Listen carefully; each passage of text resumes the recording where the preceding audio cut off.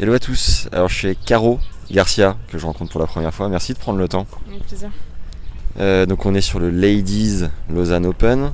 Est-ce que tu peux nous dire si tu es déjà venu ici, si oui ce que tu ressens ici, est-ce qu'il y a un truc en particulier sur ce tournoi qu'il faut savoir? Ouais, je suis déjà venue plusieurs fois. C'est toujours sympa de jouer dans un tournoi WTA qui est dans un club à la base. Il y a toujours une âme un petit peu différente et c'est vrai que c'est un peu le charme aussi de ces tournois qui sont après Wimbledon sur terre en Europe. C'est un peu plus tranquille et c'est vrai que c'est agréable pour moi. Autant que Lyonnaise, c'est pas très loin, donc c'est pratique aussi. Bon bah top, tu rejoues bien là, je crois que tu sens pas mal la boulette, bravo pour ton Wimbledon. Merci. Qu'est-ce qui s'est passé, qu'est-ce que tu as réussi peut-être à remettre en place? Il n'y a pas eu un truc qui a changé d'un coup, c'est vraiment un bon travail que j'ai fait ces derniers temps avec mon équipe. J'avais fait des matchs positifs et intéressants en première partie de saison, après je me suis blessée au pied. Mais voilà, sur les derniers tournois, depuis que j'ai repris à Roland, j'arrive à jouer bien agressive et à bien suivre mon identité de jeu et du coup ça a payé, ça a été des matchs souvent accrochés mais j'ai réussi à avoir le dernier mot. Trop bien.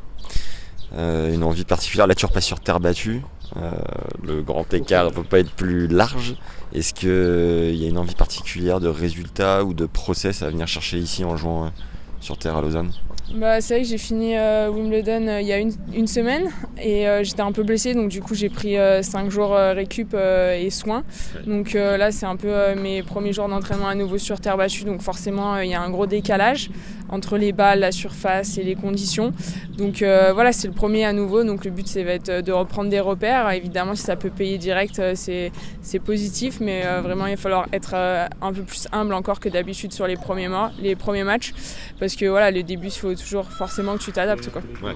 T'enchaînes après sur terre ou c'est quoi la prog dans la foulée? Ouais, je fais du coup en comptant Lausanne, j'ai 3 tournois sur terre battue européenne avec Palerme et Varsovie avant de partir pour Toronto.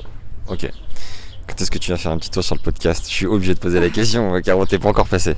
Non, je suis pas passée. Un jour ça se fera quand on a un peu plus de temps mais c'est vrai que c'est toujours chaud mais ça sera avec plaisir. Ah bah cool. Bon bah si c'est un plaisir, alors je garde à l'esprit, attention. Dernier truc, est-ce qu'il y a une question qu'on te pose pas assez, sur laquelle tu aimerais qu'on s'intéresse plus te concernant? Bonne question. Je ne sais pas, mais après, disons que souvent les gens ils retiennent pas mal justement les résultats en Grand Chelem. Donc voilà, on sait que j'ai fait 8ème de finale à Wimbledon, ce qui est bien, mais c'est pas non plus ouf, ça reste qu'un 8ème de finale. Mais on a presque oublié que je vais gagner un titre en fait juste avant. Et c'est assez drôle de voir comment les gens réagissent par rapport à certains résultats en fait. Ouais. Du coup, c'est quoi? C'est des raccourcis, on se rend pas compte du chemin parcouru? En fait, c'est comme si on faisait que 4 tournois dans l'année en fait. Ouais. On fait 4 tournois dans l'année, c'est les grands chelems et le reste de l'année on sait pas trop ce qu'on fait. Mais c'est vrai que il y a 2 jours on m'a dit ah tu te prépares déjà pour Flushing Meadows? Je dis bah non pas trop, c'est dans 3 mois quand même. Ouais. Moi ce qui me questionne du coup juste pour terminer, c'est de se dire wow, tu te bats depuis X mois pour retrouver le chemin de la victoire comme tu as pu le faire à Wim. Après quoi tu t'accroches? Parce que c'est tellement ingrat, c'est tellement long parfois un process comme ça. Comment t'as fait pour tenir quoi? Même si c'est ton métier et qu'on imagine qu'on sait pourquoi et comment tu tiens. Mais quand même, quand on voit le chemin parcouru quoi.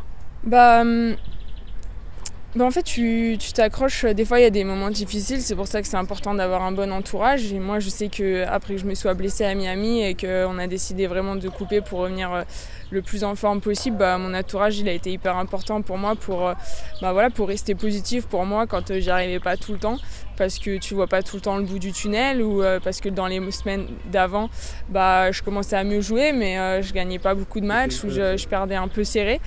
Ouais. Et forcément, quand tu as envie de remonter au classement, etc., et tu as envie que ça paye tout de suite, mais il faut accepter que des fois le processus il peut être plus ou moins long. Tac. 4 minutes 26, on est dans le timing. Vamos, j'ai le micro, je peux pas trop te checker, mais bon tournoi. Merci. Merci Caro d'avoir pris le temps. Avec